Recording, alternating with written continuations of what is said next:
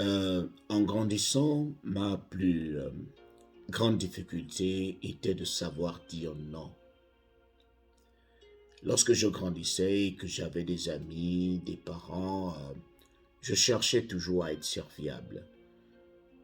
Je préférais me mettre, je préférais avoir moi-même des difficultés au lieu de voir quelqu'un dans les difficultés.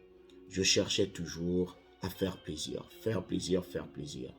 Mais après, j'avais commencé à constater que moi-même, je mourais de l'intérieur. Parce que lorsque quelqu'un vous appelle, un ami, un de vos amis vous appelle pendant que vous dormez à une heure tardive, je veux que tu m'accompagnes à tel ou tel endroit. Vous vous levez, vous allez l'accompagner. Le lendemain, il fait de même. Accompagne-moi à tel ou tel endroit. C'est-à-dire, cet ami ne respecte pas votre sommeil. Cet ami ne peut même pas se dire certainement qu'il est fatigué. Tout simplement parce que vous lui avez ouvert la porte de je peux tout faire avec lui.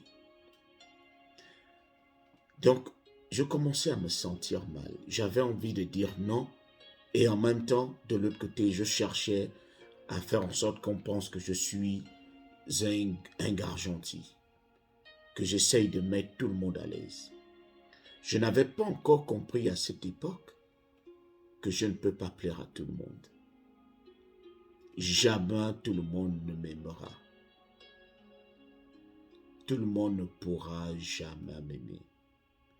Alors, lorsque tu arrives à ce niveau où tu comprends que tout le monde ne pourra pas t'aimer, peu importe ce que tu fais, les gens vont te critiquer. Les amis, je vais renforcer ce que je suis en train de dire avec un exemple simple. J'ai vu une femme ici emmener son mari sur un plateau de télé. Elle est allée se plaindre que son mari ne lui donne pas un petit temps. Son mari l'aime trop. Elle commence à en avoir marre que son mari l'aime trop. Lorsqu'elle est assise, par exemple, elle est en train de lire, son mari est à côté, en train de lui faire des câlins. Elle dit, j'en ai marre. Je veux qu'il s'éloigne un peu, je veux qu'il prenne une pause, qu'il sorte un peu. J'ai aussi envie d'entendre que mon mari allait commettre, aller draguer une fille quelque part. Dès qu'il sort du boulot, il est à côté de moi. Dès qu'il sort du boulot, il est collé à moi. Je commence à en avoir marre. Monsieur le présentateur, est-ce que vous pouvez lui donner des conseils pour qu'il me lâche un peu la grappe? Et le présentateur lui a dit, Madame, vous êtes en train de refuser ce que toutes les femmes veulent. Le comportement dont toutes les femmes rêvent de voir auprès de leurs hommes, les hommes qui les aiment. Vous avez auprès de vous quelqu'un qui vous aime, qui se sacrifie, qui privilégie d'abord votre bonheur. Après toutes ces années, cela fait 11 ans que vous êtes mariés, mais il vous traite encore comme si c'était le premier jour. Et vous vous en plaignez. Vous trouvez que c'est exagéré. Et le présentateur lui a dit, je suis désolé, je ne pourrais pas conseiller à quelqu'un de ne pas aimer sa femme ou d'arrêter d'aimer sa femme. Parce que le jour où il va arrêter de vous aimer, ce sera le jour où vous allez le perdre.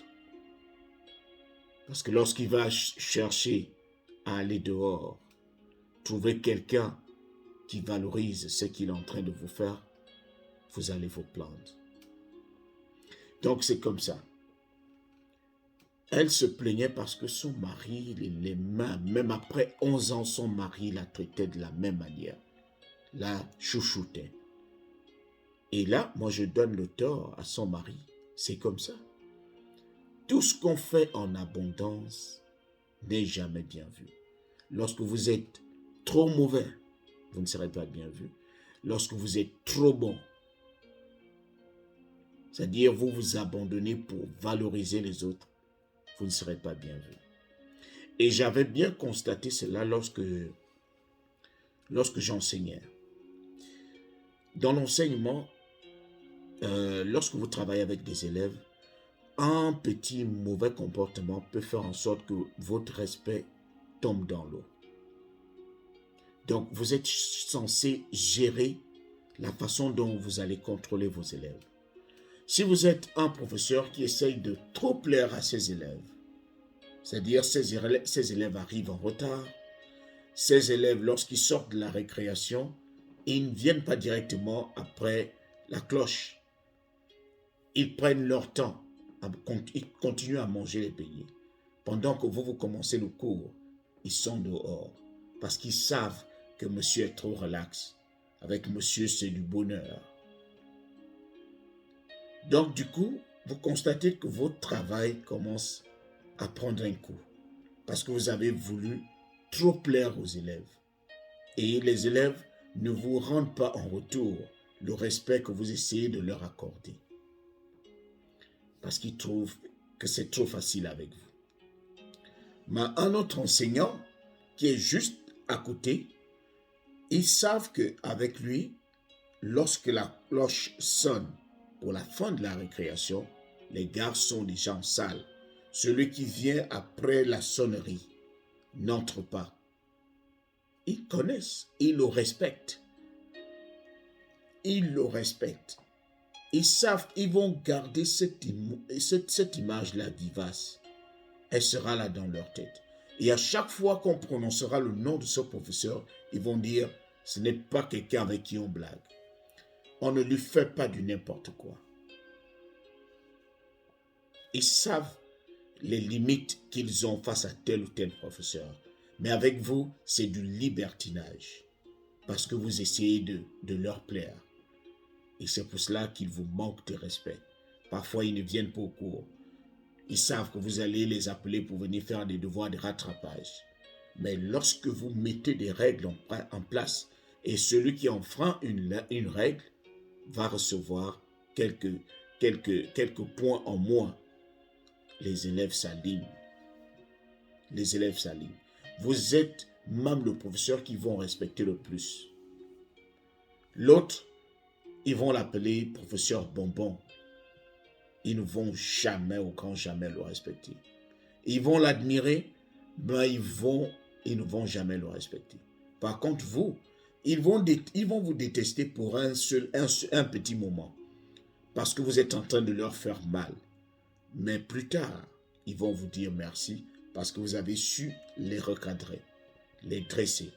Et c'est la même chose. Ne laissez jamais quelqu'un vous traiter d'une quelconque manière. Mettez les limites. Il faut apprendre à mettre les limites. Même lorsque vous êtes dans une amitié avec quelqu'un, ne laissez pas que quelqu'un rentre dans votre intimité et qu'il vous manque de respect.